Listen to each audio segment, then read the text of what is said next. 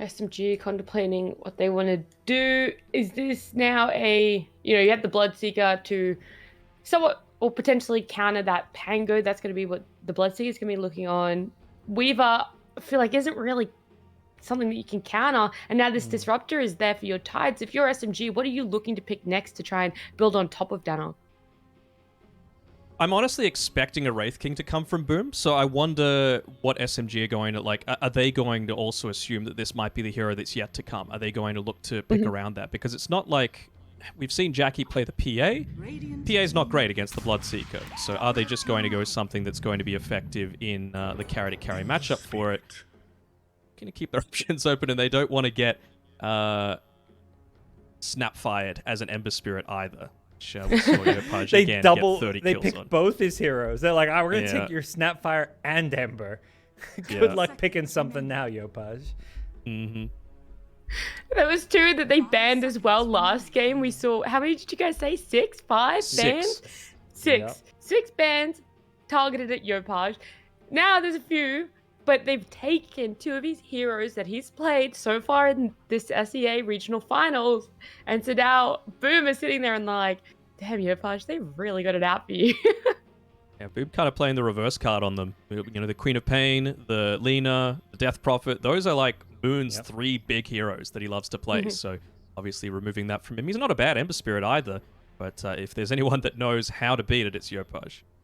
And I think the tricky thing now for Boom is they could either go down the carry route, but they don't necessarily know the matchup, whether Bloodseeker's playing offlane or carry, Tide could be a support. They know the mid matchup, and they're going to save their mid pick for last. So potentially the pool of mid laners could get kind of small unless they're going like super crazy and doing like a Pangolier mid, which, you know, is probably not going to be the case. I've seen Topson do that in some SEA pubs, but I don't think that's necessarily something Yopaj is going to go for. Not against the Bloodseeker either, right? Like, it always feels like it's terrible if you have... Yeah. I mean, it can go 2 ways, right? Like, in my eyes, if you're playing like a position 4 Pangolier and the enemy picks a Bloodseeker, you are taken out of the fight, but at least if you're a core, you could do something in the game. You know, maybe you'll buy a Maelstrom, maybe you'll shove lanes out, maybe you'll be able to afford an Aghanim Shard and a Yule Scepter so that you're cancelling out a lot of the duration of that Rupture. But, you know, again, goes either way. Yeah, looking forward to see where it does go. Even though that Ember is probably the only one that is secure, we know where that's going to go. This snap, GoDz, where would you like to see it placed? I am leaning maybe Mount a little bit back towards... I think it's going to be 4 position. I guess it's just who's it going to lane with. Tidehunter Snapfire was a very popular lane with the double minus armor from Gush plus Lil Shredder. I also think Snapfire can lane with a Bloodseeker offlaner potentially, and it seems that Boom are thinking... Well, I guess they don't know whether the Blood or Tide is offlane, but I think they believe those are the 2 heroes that are going to be 3 position and 5 position. Some kind of mid 1 carry is most likely going to be the last pick, and they're looking for something that matches up against TB. 5 seconds remaining. I mean... What is a good TV matchup, Danog? Something that's able to... like Drow, isn't that bad? You could also look to go for something that's very illusion-based because Terrorblade incredibly single-target focused, so maybe the PL might be the route that they're looking to go down. I'm just kind of thinking as well, like this Bloodseeker is a very strong laner, particularly if you've got a very easy setup for the Bloodright. And Terrorblade, not the greatest HP to be able to start the game. So I feel like if you get a nice cookie into Bloodright, you can get a lot of pressure in the early-ish game. Also, Disruptor, he's good at trading, but he's very squishy on his own. So I feel like this could be a decent kill lane for SMG if they play it correctly. 5 seconds remaining. Having a strong early phase for SMG, how vital is that for their whole entire gameplay, GoDz? I think it's going to depend on this pick. It's a Drow Ranger. Okay, they need... Oh, there you go, there you go. They need a good early mid game. I don't think, like we saw last game, I don't think you want to go as much as like Drow sounds like this great carry against these like TBs and Deuces, these super high armor heroes, because you can kind of shred through their armor a bit. I actually think this hero, like much like the old Drow, it just falls off a bit. At some point, the TBs and Medusas are just better carries, even though the matchup against Drow is on paper a bad matchup. They just carry games better. Like the hidden item timing that wins you the game. I don't think Drow has an item timing where we're like, oh, Drow's got Skadi Manta, she's going to win you the game. That's what Medusa is. You get Skadi Manta, the game feels easy. there's never an item time for Drow where the game starts to feel easy. You always kind of have to play very careful with your positioning. Yeah, I mean, it is going to be the Roger Bloodseeker as well, by the way. Support Bloodseeker along with the Drow Ranger. I mean, at least you've got a slow, I suppose, to enable the Blood Right for the laning stage, just with the Frost Arrows. The thing that I'm mostly concerned about is, well, a couple of things, right? Like, if you're SMG, Roger needs to get the Rupture off onto FBZ every single time because he is just going to be rolling his way towards the Drow Ranger every team fight. There is no way that he's going to get a moment's reprieve if he gets, you know, the space to be able to do so. So I feel like this is the type of game where you could honestly afford to go for like a lasso onto a Pos 5 Bloodseeker, and it's totally worth it because it opens up your team fight completely. Well, I'm going to be jumping out of here, but I do want to hear you guys talk about this Bat Rider as we do jump into game number 2 between SMG and Boom. Thank you, Nat. There you go, Danog. Your first question. What do we expect? Bat Rider coming out as the last pick. Yopaj Bat playing mid against an Ember Spirit. That sounds like a kind of rough lane for Ember, at least once some levels come up on the Bat Rider. Yeah, for sure. I mean, the Ember Spirit heroes aren't really what you want to lane into a Bat Rider, at least super early on. Probably Void Spirit's the only one that can kind of get away from it just because you have some kind of movement spells. But Bat Rider, he's just going to look to trade. It's not even like you've got a Storm Spirit lane where you can use all of that, the sticky napalm that gives you a wand charges where you can look to trade just with the static remnant. This is an Ember Spirit. You know, he's got decent cooldowns early on, so it's not like you can even try and out-spam the Bat Rider. So this is probably going to be favored for Yopaj, a player that just got dumpstered on by a Bat Rider just yesterday. Yeah, perhaps that's fresh in his mind when he's like, all right, let's play some Bat Rider here. So we'll see if that's going to be the recipe for success for Boom Esports. We'll see what they're cooking up here as they're looking for that 2-0 and SMG looking to bounce back, force a game 3. Do you like that they go back for the Drow Ranger, or do you feel like it's, you know, potentially something kind of risky? I think it was probably the only option that they had left to them, to be completely honest, right? Like, what would you think of whenever, like, assuming there's no bans and you're going up against a Terrorblade? I mean, Phantom Lancer is number 1 for mine. Maybe, like, not a carry-to-carry matchup, but if you had a Darkseer, it can be kind of decent. But I mean, Drow Ranger's up there. It's just how are you actually going to be able to play around it, and are you going to get caught out of position again? Because that happened at least 5 times that I counted in game number 1 for mid 1. Yeah, the stuff I would have liked to see more was mostly banned. Like, Morphling was banned. They banned Medusa themselves. I wouldn't have mind Medusa. I think that's kind of just like a even matchup with Dusa versus TB. So it really was like a what else is in the pool. And mid 1, even going back to the tour itself, was playing Drow Ranger in some of those games. So it is at least a slight comfort pick when it comes to his hero pool. Yeah. I mean, what you mentioned is completely correct, though, during the draft, right? Where you said Drow doesn't really reach this item timing where you're like, oh god, it's a Drow, she's going to beat me. Her big strength is being able to do well in the laning stage and then ball up and go before the enemy team reaches their big hyper item timing. So yeah, it gives you very little margin for error, is essentially what I'm trying to say. And again, it's going to be on the positioning coming through from mid 1. It's going to be, like I said, on Roger. As they're going for a bit of a try lane up on this top side to maybe get a kill. Love they have that. the Gush. Can they get the cookie as well? They need to hit the stun with the Blood Right. This is going to be a lot of damage on the Jackie, but they may not have enough. He's going to survive through it. That was a really cool play by Jackie. You getting the reflection early on, realizing that you hadn't revealed on all of the heroes in the lane just yet. So, actually, well, this might not be as great a play if he goes down. He did the hard part, which was avoid that initial gank at level 1. Well, he's still level 1, but the initial gank, he's going to go down to the second one. 3 heroes, no problem. As soon as one of the heroes TP's out, he gets overconfident. Yeah. It's the sort of thing that can end up losing you the lane, unfortunately. He's going to have to make that TP back.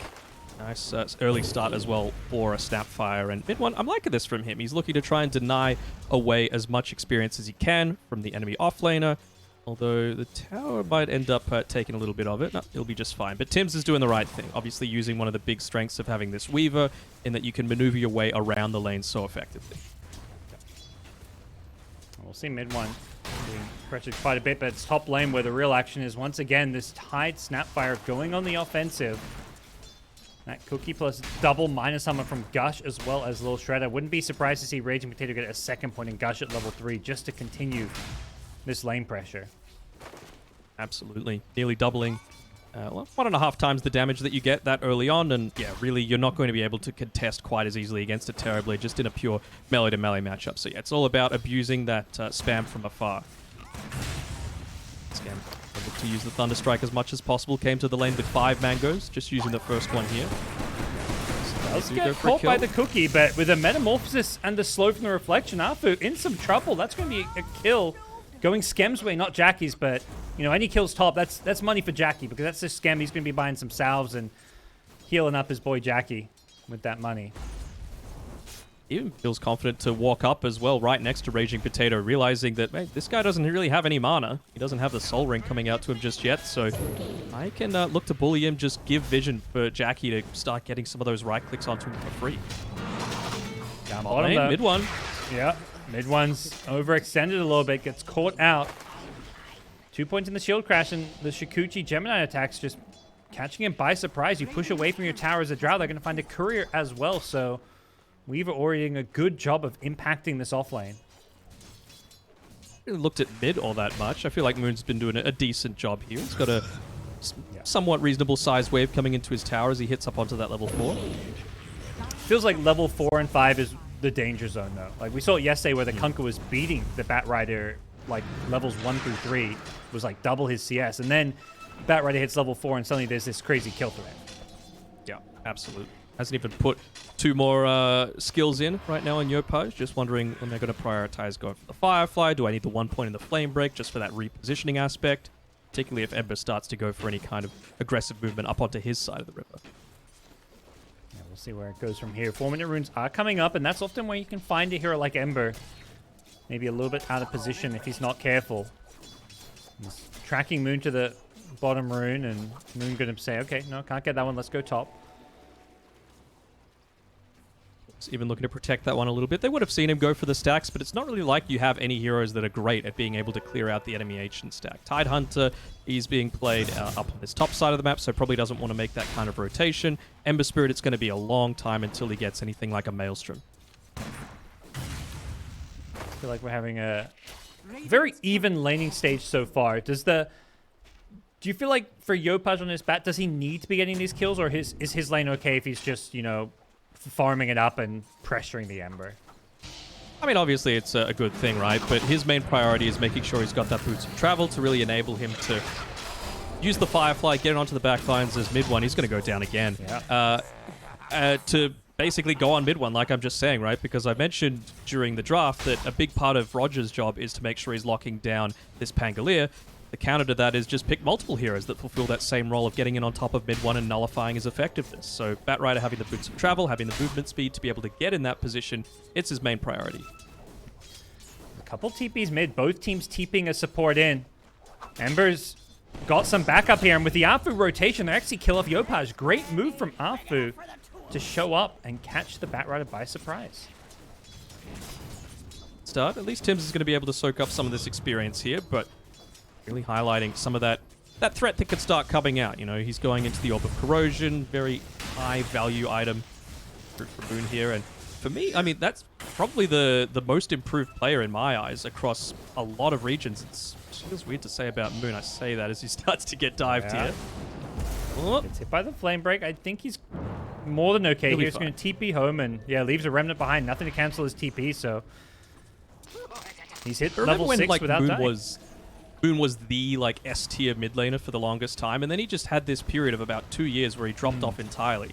This tour, I've been really impressed. You know, he's been much more stable with a lot of his carries, not getting caught out in, you know, inopportune positions. He's just felt very solid, very stable. Yeah. Oh, I absolutely agree. I think we're seeing a resurgence with him. Maybe it just needed that, you know, the shake-up, the boot from Fnatic, I think, remotivated him a bit. And we're seeing a different Moon these days from what it was like during, like, kind of the end of his Fnatic stint. Mm-hmm. Just needed a hostile takeover of SMG as the new CEO to enable him. Yeah, exactly. He needed an enemy, you know? The CEO life is kind of boring when, you know, there's there's no corporate enemies. Now, that's why they always beat Fnatic. Moon's suddenly like, oh, we're playing Fnatic? Easy win. They beat him here in the regional finals. They beat him also in the league as well, so... Maybe not the tiebreaker, but they beat him in twice in best of threes. They beat him when it counted. That's the key thing, and it counted even more for Moon yesterday. Like, he was the one that styled in that game, in my opinion. And it was his birthday as well, so it just makes it even sweeter. Well, Birthday Boy is off to a good start. He just killed the Weaver as well using some triple offensive Flame Remnants, so he's 1-0-1, and he's pressuring this mid T1 tower, but it feels like Yopaj Mid one's getting pressured too. Yeah, mid one. Uh-oh. Rolling Thunder coming out, and the turnaround. I think mid one knows he's dead. He was just looking for a last creep or deny or two, but that is... His game is going really poorly, Matt. It's not looking all that good. Again, FBZ, you could tell, as soon as he hit that level 6, he's like, all right, time to make a play, because Roger, he's not in position to be able to stop you. No one can stop you right now with the Rolling Thunder, so I'm sure that's going to be the big priority, is trying to make another one of those sorts of plays as soon as that comes back off cooldown again. Maybe sometime before we see that level 6 on Bloodseeker. Probably needs at least that like Tome of Knowledge at 10 minutes, or maybe by like 10 to 11 minutes he'll hit it just from the leeching some XP. Back at top though, Afu being chased down and poked. Kinetic Field is there as well, but doesn't look like Skem wants to chase. Not into the potential cookie, as well as Ravage of Raging Potatoes Tidehunter. No points in the Flame Guard yet on Ember Spirit, so it's not like he can even look to contest any of these stacks that they've been able to build up. Need to be Raging Potato that just parks himself inside the enemy jungle and looks to take them away. Yeah, definitely this build worked out well with the constant slight spam with the minus armor and the slow, but now that, yeah, like you say, without the Flame Guard, he's got the first point now, and he's trying to steal some stacks. You know, working well enough. It's a little bit slow, but it gets the job done. Just going into the phase boots next, realizing that he needs to be the one on the front lines, tanking up a lot of this damage coming through from the Terrorblade. He's the main one that Ember Spirit's concerned about right now, because Batrider, his attention is all going to be towards the Drow and the Bloodseeker. They've got Roger down bottom. He was trying to defend this bottom tier 1 tower, but they're willing to commit the ultimates. Yopaj gets him with the lasso, and then FBZ's there with the Rolling Thunder just to support, but they want to make sure he doesn't get that fast level 6 on Bloodseeker nonetheless.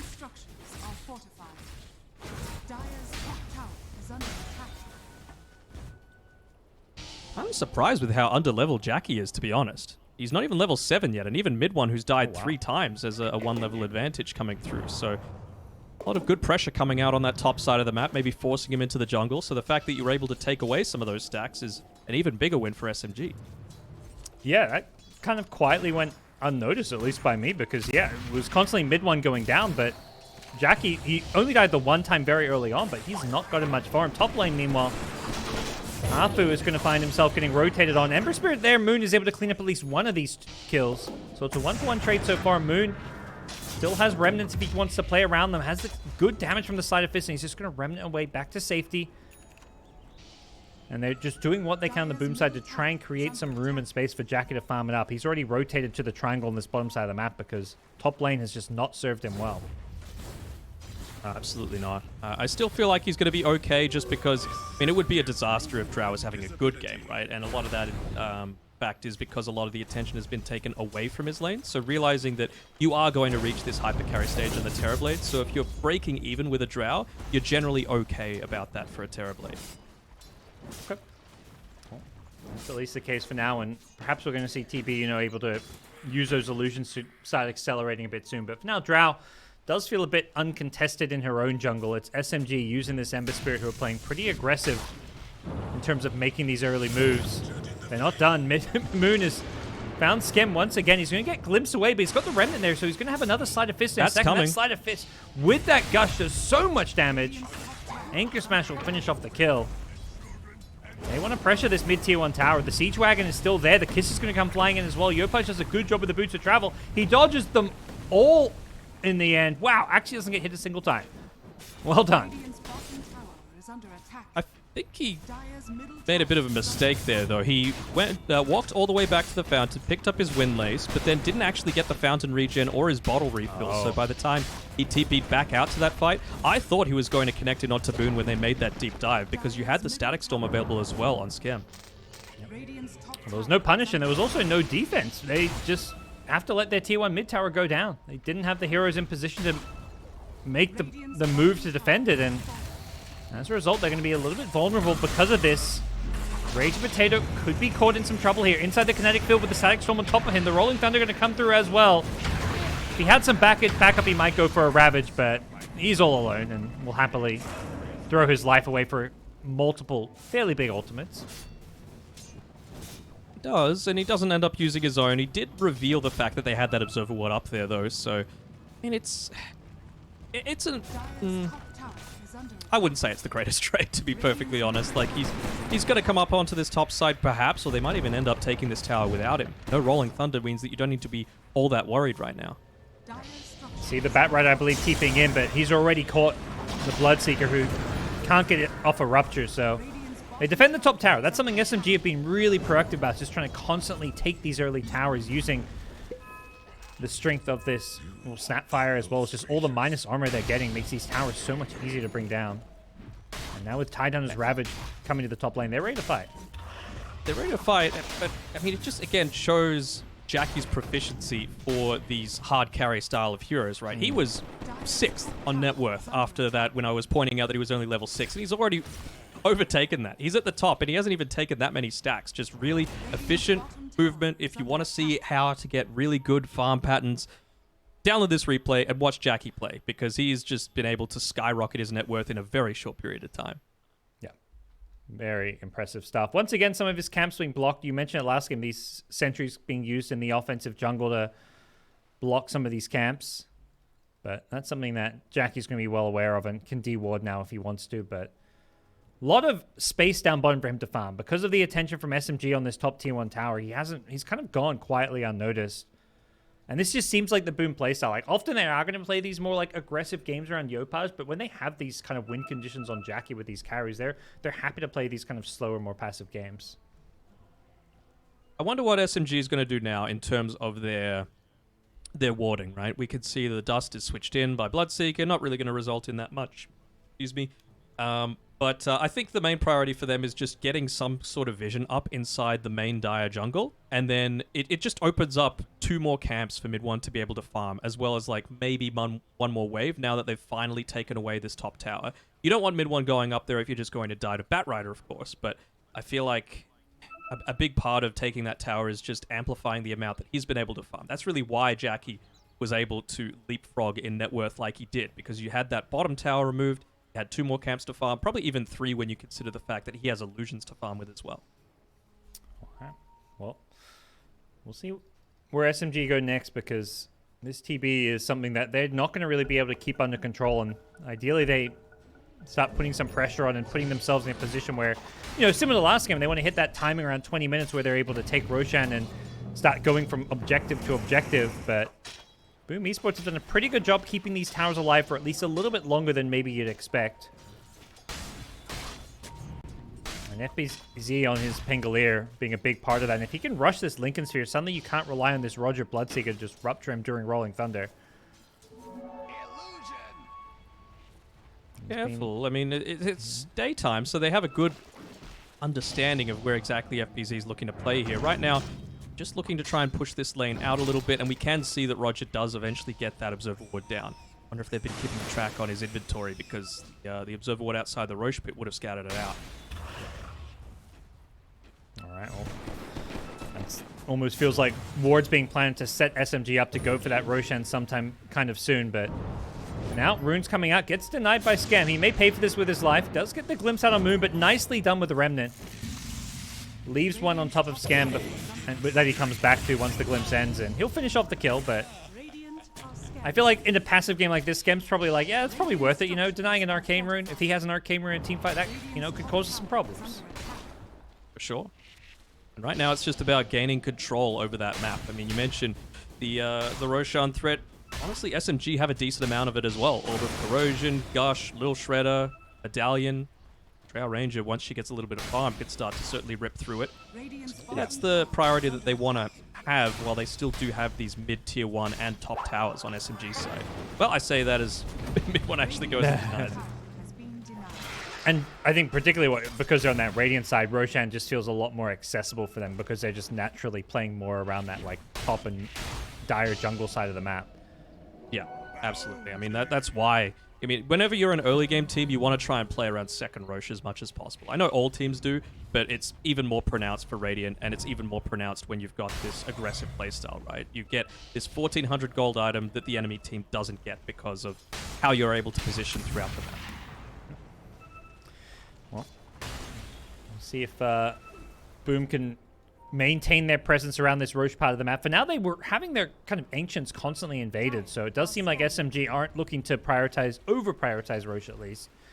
They're constantly trying to keep tabs of Jackie and stop him from getting too much free farm. He's hiding in the trees here, letting his illusions do the work, but they seem to have an idea of where he might be. They're pinging in the trees, coming down here, hunting for the TB. Jackie, smoke gonna pop here. Afu knows he's nearby. The kiss is now gonna be used as well. They found the TB, and without a Manta Style, he gets rooted up, ravaged as well, just to make sure he doesn't use a Sunder. Perhaps a bit overkill, but when you're killing a TB, it's always going to be worth it. And they ended up using the Rolling Thunder on the top side. Was that... Who got away from that? Maybe they're going for mid one? I didn't see.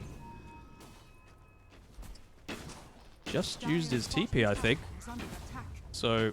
that was the case, but the fact you use Firefly and Rolling Thunder and don't catch anyone, that's a big deal for SMG. It's a nice little pickup though. Lincoln Sphere. No longer will the Rupture be able to stop you. It's to be a little bit more prioritized towards Yopaj, so it's going to be hard as a Bloodseeker, right? It's not like a Weaver when he goes that Ags time-lapse build where you're able to just, you know, Shikuchi on in, use that to get your ultimate off. No, you just need really solid positioning. He's going into a drums, I believe, on Roger. Just really, everything is about balling up and having that extra little bit of movement speed that you need to be able to snowball based off of these first few team fights. And just anything you can to buff up mid one, make him stronger. Giving him a drums buff, giving him a medallion, which is his next queued up item.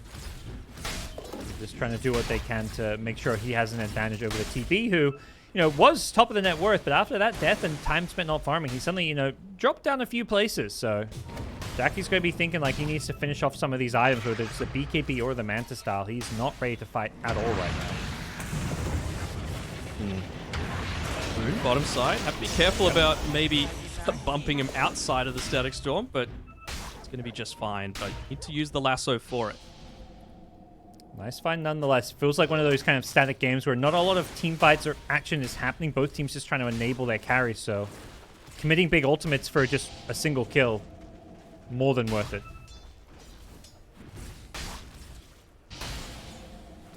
I still feel like that's kind of okay for SMG, right? You need to commit such long cooldown ultimates, particularly the lasso. So Ravage nearly back off cooldown. You've already got the Mortimer's Kisses off cooldown. Ember Spirit's going to be spawning in 10 seconds. Just group up and try and make a play again. Do you feel like this slower pace of game favors either team more than the other? I think it's all going to come down to the first Roche, to be perfectly honest. Like, the farming is going to favor TB in general, but it becomes so much harder if you're having to contest into those two lives, especially once, you know, you've got these key items like the Lincoln Sphere, for example, on the Drow Ring.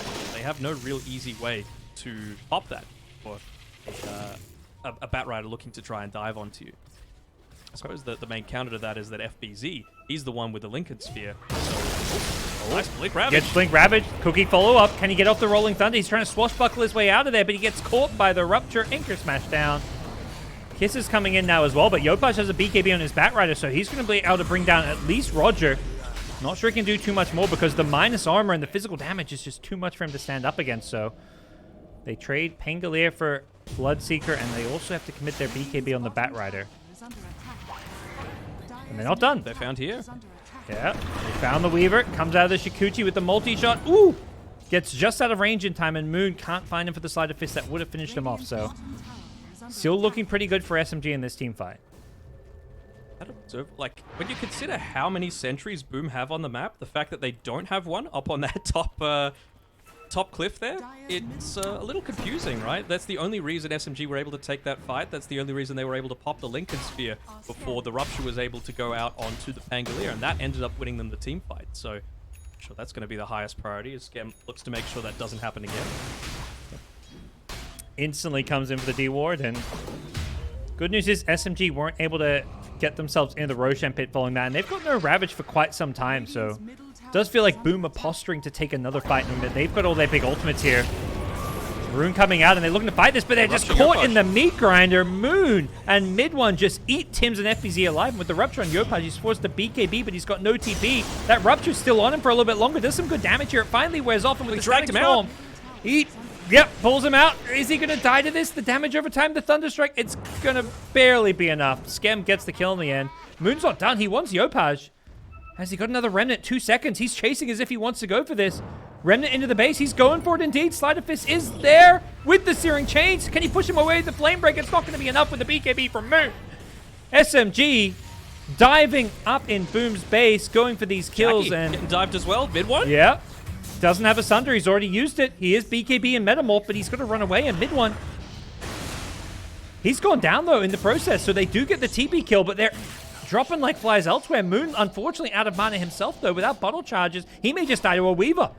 He needs help, and he doesn't really have much coming. If anything, there's more enemies on the way. FBZ misses the Swashbuckle, but the Rolling Thunder should be there to finish off this kill. Remnant comes up. Moon, he's got the mana, but the Weaver coming in. Shikuchi damage. It's going to be FBZ with the Swashbuckle. Absolutely chaotic fight happening in like 4 different places. What the hell just happened? That's just been a couple of times where FBZ hasn't been able to get off the Rolling Thunder. Finally does, but it feels a little lackluster when you're using it to focus down an Ember Spirit that's sitting around on 20% HP, 10% mana. No way to get away with none of those Remnant charges. Moon did his job. Like, he was consistently chasing down and enabling the Drow Ranger to do her thing, but FBZ, just his positioning a couple of times now has been not quite there. Gonna go rush. Maybe if that changes with the Blink Dagger, but that Blink needs to come out soon. Roche is already underway, but Painkiller at the Roche pit, 20 seconds till Rolling Thunder. They've got everything on SMG. Yeah, and that's maybe something SMG realizes, that without that Rolling Thunder, this Roche is a lot safer, but Static Storm catches out 4 inside the kinetic field as well. Yopaj on top, the Ravage to counter this one. Jackie doesn't have the BKB in time, but now he gets it off afterwards, and with the lasso coming into play, they're just getting eaten alive in this Roshan pit. They tip Skem, and oh boy, what a disaster for SMG. This feels like more than one tip. That was game winning. Going for the Roshan still. Moon, he's in, but he's too early. Roshan ends up going down. I think Moon, he got it. He killed Roshan and got the Aegis. 1 versus 5. Moon, he's trying to get the Yopaj kill. He's got 1. Can he get anything else? He's going to force it back. Does get glimpsed in, though. Have they got the damage from Moon? They're also low on the Boom side. They don't really want to fight him right now. He's out of Remnant charges, though, and I believe that means they should be able to kill him off. But Roger's showing up to help him out. And Moon, he's back to safety. He's going to live with the Aegis in hand as well. Oh, boy. So many great individual plays coming out this game. First from Skem, then from Moon to be able to counter it. 1v5, he did that. And there is no way in hell that Skem should have been able to just walk up there, get complete understanding of what they were going for. What a player. Yeah. It was crazy, too, because he Remnant in, and it was like a little bit too early. Usually when a Remnant in as Roche is dying, he's like, oh, shit, Roche isn't dead. I guess I'm going to finish it off. You guys don't want to kill Roche. You're going to try to kill me now. I got to finish this off and grab this Aegis and run. And it somehow works out for him. Whew. Brings him to level 19, all of that. The solo Roche experience, as well as taking a kill onto the Batrider. So Moon, he is a beast so far this game. He's nearly going to reach up to that level 20 mark as well. So I wonder if he's just going to go even more into the damage front. Come this force that you need to start focusing a whole lot more. He does. So obviously wanting to prioritize going through onto the TB illusions as well as through some of those BKBs. Here's a bit of the fight again. What a insane initiation from Skem, and then here at the end, Ember just doing everything he can, hitting 5-man sleight of fists, and gets out with the Yopaj kill and the Aegis somehow. Absolutely crazy stuff.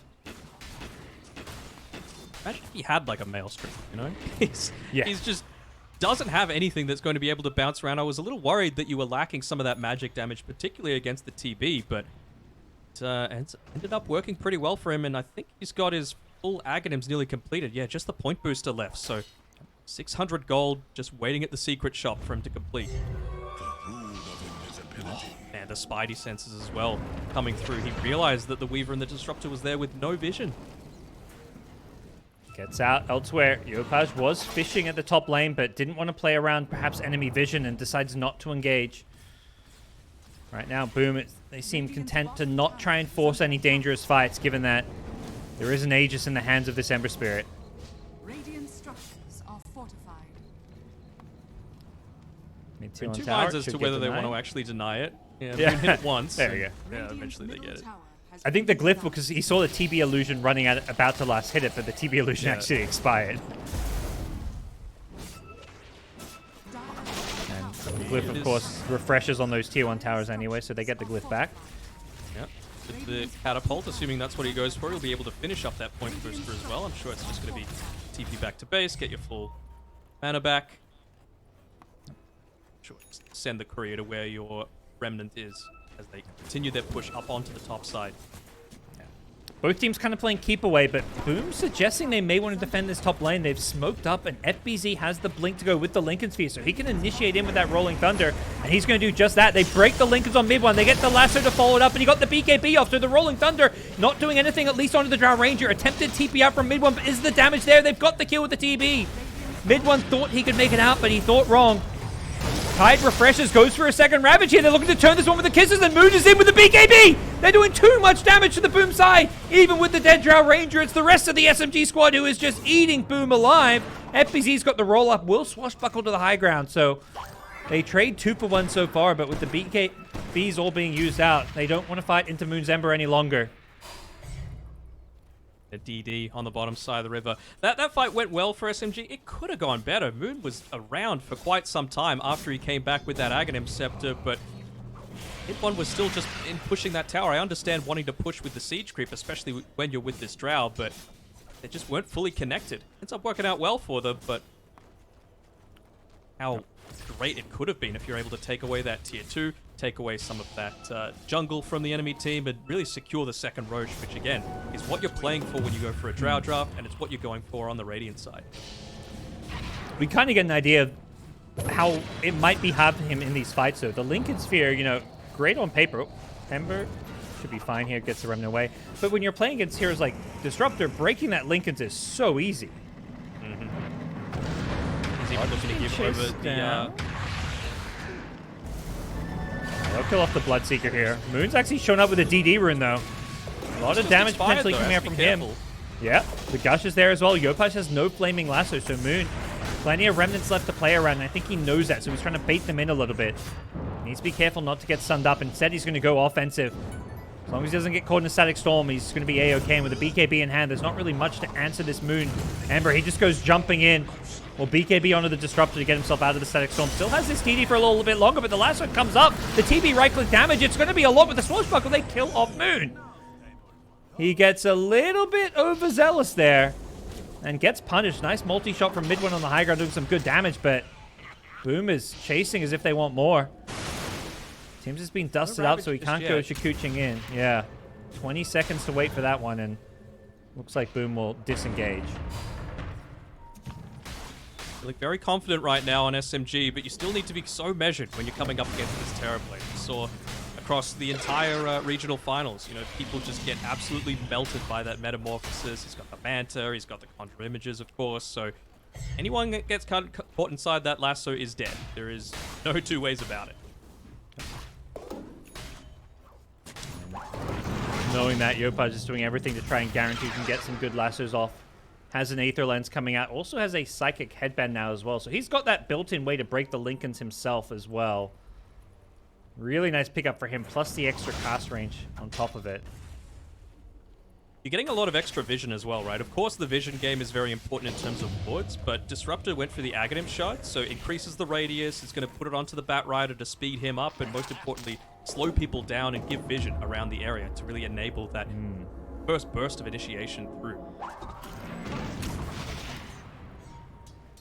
Well, you mentioned Roche number 2 going to be the big timing for SMG. That's coming up sometime in the next 1 to 4 minutes, so we already see them trying to get a lot of vision around this mid-top side of the map, around the Roshan pit, and play just with their heroes farming that part of the map. They want to make sure that they are in position for when Roche respawns to be able to either take it or contest it. We see in Eastern Europe, I believe, that Yatoro, whenever he plays the Drow Ranger, he actually got a pick up on. BKB Lasso, yep. It's just the support Snapfire, but Boom showing they happy to go on even the support here. They had to work a little bit harder for it, but they do still get it. done yet, Bloodseeker though. a little Rolling bit. Thunder, yeah. FPZ's just going on the backlines. He's got himself a solo kill, essentially. He will get ravaged here. Raging Potato wants to punish FPZ. It's a pretty big kill. Is it worth a ravage when you got a refresher? He's thinking the answer is yes. He's going to instantly refresh here as they go charging in onto Schem. They know this Tide's clicked at that refresher now, so they're going to be a little bit careful on the boom side. And they'll back off for now. So much action for supports. You know, this is the sort of game where if I had a refresher pop, so you could just continuously chase after me. If I had a ravage pop for a solo kill, I would be all chatting. I'd be like, you realize my core's in the game, right? I'm not going to do all that much. So Jackie's like, great, they're using ravage on one of my teammates. That's good for me. He didn't even have to BKB in that fight. But yeah, both these teams, the supports are just being hunted. One support who's not perhaps being hunted so much is the Weaver, because he's just positioning himself really far back, and with that blink, Aghanim Scepter, potential time-lapse save, that's something you've always got to kind of be careful of if you're SMG. What I was saying before about the Drow Ranger is that whenever Yataro's playing it, he actually looks to prioritize the Aghanim Shard before Roche. Like, he actually goes out and buys it because of the extra 5 damage that you get per stack. You can get up to a maximum of 7. That's 35 free damage that you're able to get pretty damn quickly. No, we're not seeing it just yet, but Butterfly coming out of mid one, so maybe he's going to consider that as his next item pickup. Well, Roche is up in just a minute, so I think that'll be the main target to give it through to, right? Ember Spirit's already got his. You don't really feel the impact of a Bloodseeker as a right-click of this game. Tidehunter, not really. Maybe the Snapfire on Arfu, but he doesn't quite have the Blink Dagger yet, so he's playing much more of this backline role. Scan out from Radiant side. They do know Boom is kind of coming their way. They even scanned the rune, so they, I think, realize what's going on here. Moon is going to go for this nonetheless. He gets caught. Initiated on by FBZ's Rolling Thunder. They chain stun him with the lasso follow-up, and they even scanned. They had an idea that Boom were there. The spider legs from FBZ gets him out of the cliff. He uses as well just to make sure he doesn't die to the kisses. There's a static storm to stop it. He does end up going down. The mid one right clicks hit hard, but the BKB Terrorblade on the front lines. Jackie gets, actually he's getting chopped at. The Drow Ranger is doing a lot of damage. He tries to get his way out of that with the Manta style, but he can't sunder anyone. They lose Weaver as well. With the buyback from Moon, it's Boom who are getting absolutely annihilated. They lose 4 off of a Moon buyback, and mid one showing up to the fight. And this is going from good to better, and all the time is going to be perfect as well. And Raging Potato walks into the Roche build just as it spawns. It's oh no! The Roche timer's a lie. It gets to 0, and then you got to wait like 3 more seconds. The glimpse. He glimpsed him back. Oh, they know. They want that Scam, you scam kill unintentional griefer. Yeah. Moon with the sleight of fist charges is. Oh, they don't care about Roche. Yeah, they're going high ground. I mean, 5 dead, why not? You want to force some of these big buybacks or perhaps just take some racks here, but after the glyph is used, they do back off, and their creep wave is a little bit far away, so they may just decide now to go for Roshan. Moon is still poking, but the rest of the team, yeah, they're going Roche. Yeah, he's not a real Roche taker. It's up to the rest of the team to be able to do so. Completely understand it. Going to keep these waves pushed in so that they can't really contest Roche, even if they were to buy back and respawn. SMG. Impressing me. I mean, some of that... It was, again, another fantastic static storm coming out from Schem, but just the damage was a little slow on the Tidehunter. That Ravage ended up clipping the Terrorblade before he could get the Sunder off. He ended up dodging out, I believe, the Sleight of Fist with the Manta style, but it just wasn't enough to be able to keep Jackie survivable. Yeah, we see this Drow in these fights. The Shard as well. Yeah, has the Shard.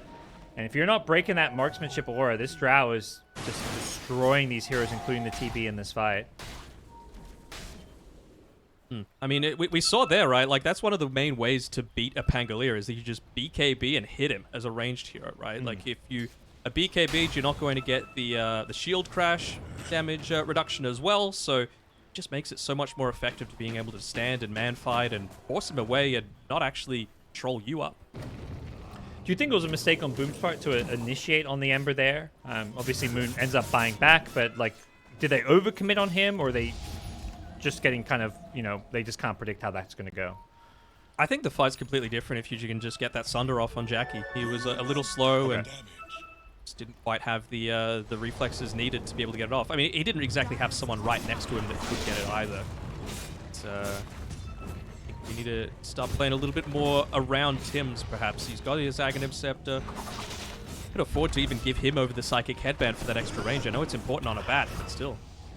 Even with Aegis and DD, he's the pusher. You wouldn't normally expect the Ember. You think Drow, but on the backlines, they've caught Skem. He was trying to go for a bit of a backstab, and he's been picked off, so double damage Ember. Moon is having a hell of a game. Level 26, and he's going to go back onto the high ground with this Aegis.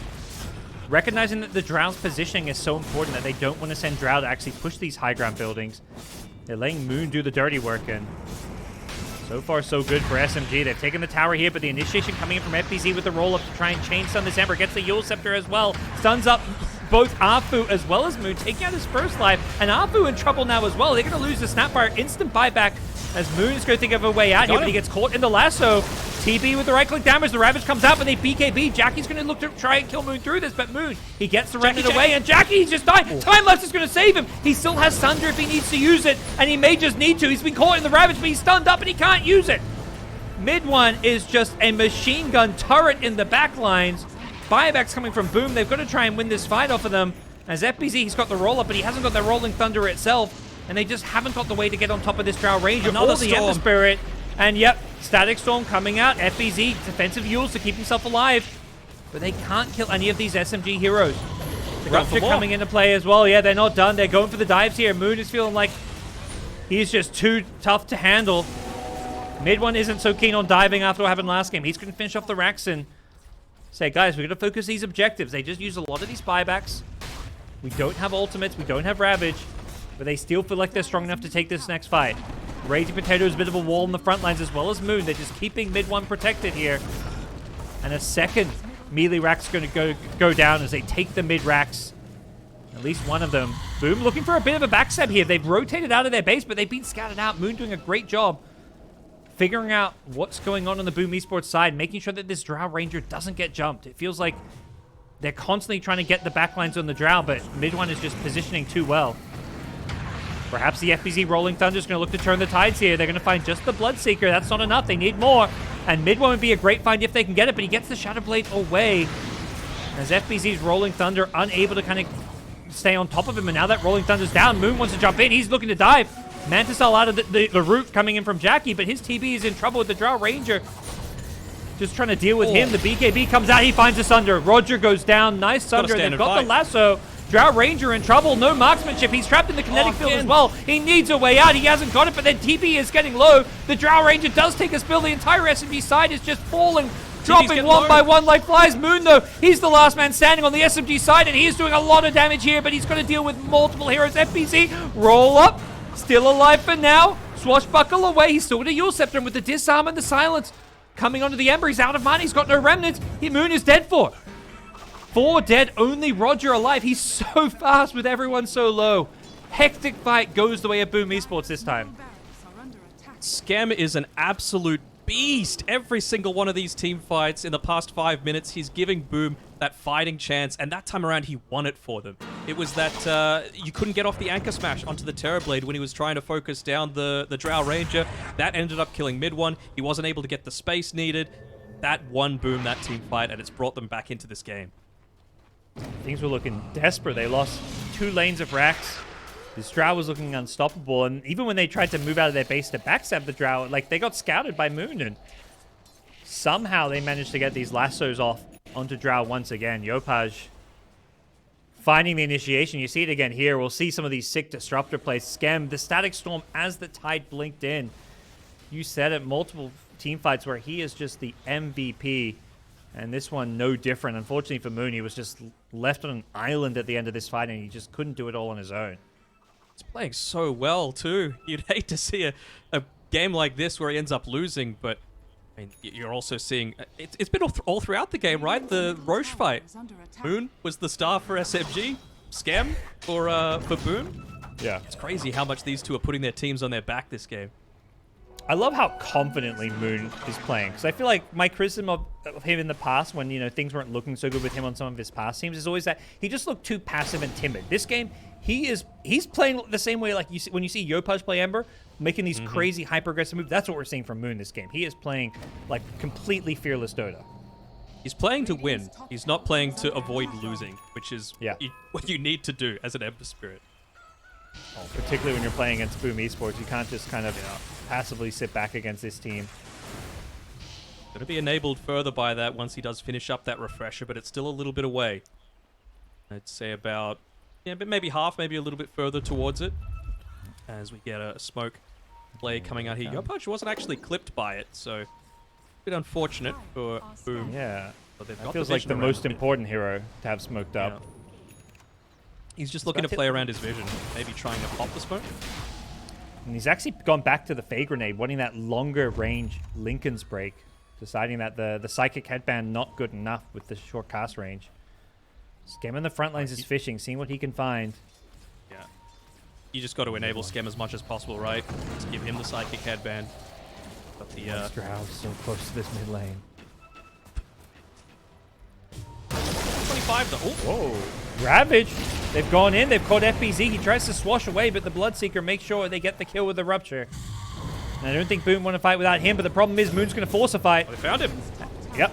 And that's the Skem Disruptor, the hero of so many of these team fights. They're maybe not done. Jackie probably just needs to BKB TP out, yeah. Oh, big win I don't for think they've Boom. got- Big win. For SMG, you mean, or? No, I'd say for Boom. The fact that you could see the refresher being used there, you used the first got it. Ravage, it was just the supports that died, and now you could just look to reinitiate. You don't have the Mortimer's Kisses either. Yep. If they were taking Roshan or something, you know, you'd be like, okay, that's worth it, but Roshan not up for another 40 seconds still. Luckily for Boom, it wasn't like a super fast respawn. Radiant are scanning. But I guess for SMG, the game plan's going to be, let's play a bit passively. They've got the one Ravage, but no double Ravage for another 2 minutes here. Dire's bottom tower is under attack. I can understand Skem wanting to go this item build. He's going the Solar Crest, just trying to buff up his cores a little bit. It's the sort of game where I feel like, well, A, you need the armor against a Drow Ranger because right now he has nothing that's giving him it. But also, I would love to see a Static Storm on him as well, the Aghanim Scepter, just because it's going to prevent the Drow Ranger from getting that BKB off. It's going to prevent the Satanic that mid one is eventually going to be able to finish. And they've got a Philosopher's Stone in their neutral lines. No one's holding it. Theoretically, between fights, he could switch to it, or at least when you're dead, pull out the Philosopher's Stone. So Bottom tower is under there is potential, you know, for at least for him to have like another 500 gold or so there if he's been, you know, playing around with it. Not sure what the interaction is. Have you ever seen this? What happens if someone's lassoed and you Wind Waker them? Because Raging Potato has a Wind Wake. I assume it would break the lasso, but I don't know for sure. Dire's bottom tower. I would That would assume be that my as well. guess. Because you're, Yeah. it's like it's making you invulnerable. It's essentially a save for stuff like that. It's for That that. Maybe is- he's just trying to break someone out Yeah. of the Rolling Thunder spam so they can at least get a BKB off. So, so Flaming Lasso says strong dispels only, and Wind Waker is only a soft dispel. So that maybe makes me think that it doesn't break it. I've just never seen it. Wind Waker, not the most common item. Top of lane that- Skem. In some He's trouble hunting. once again. Yep. Down Boom's support disruptor, and FBZ's just going to get the hell out of there. He's got a long duration Rolling Thunder, and a pretty short cooldown with the level 25 talent. So the good news is, even when he uses a Rolling Thunder like that, he doesn't have to wait too long for it to come back up.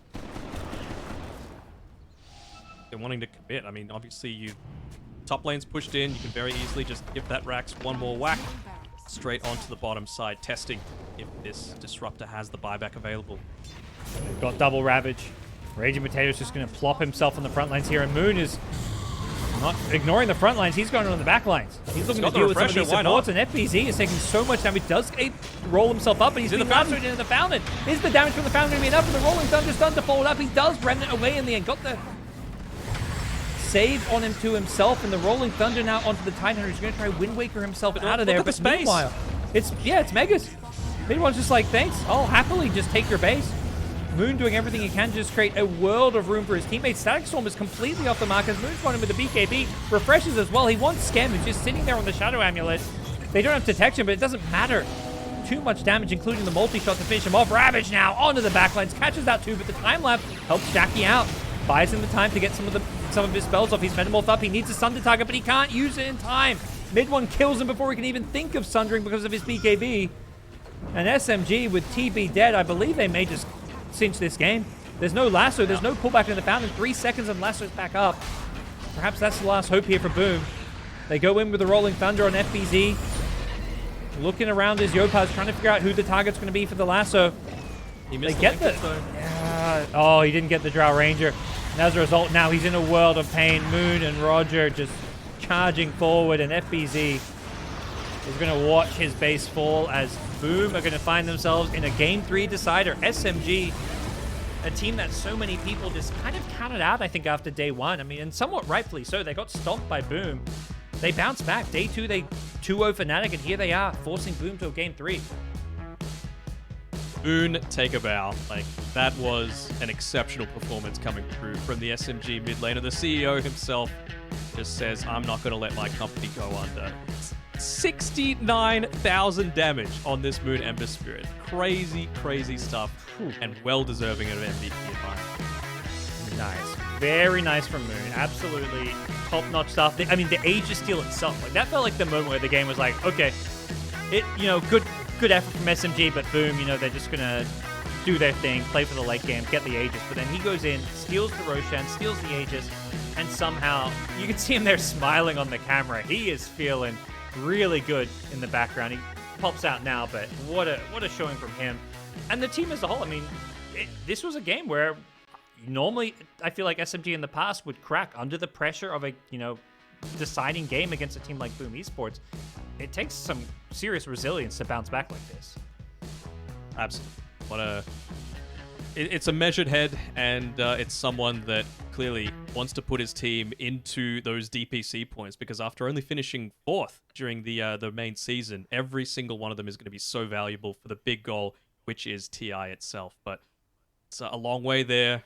Got to get past Boom in this Game 3 first. Yep.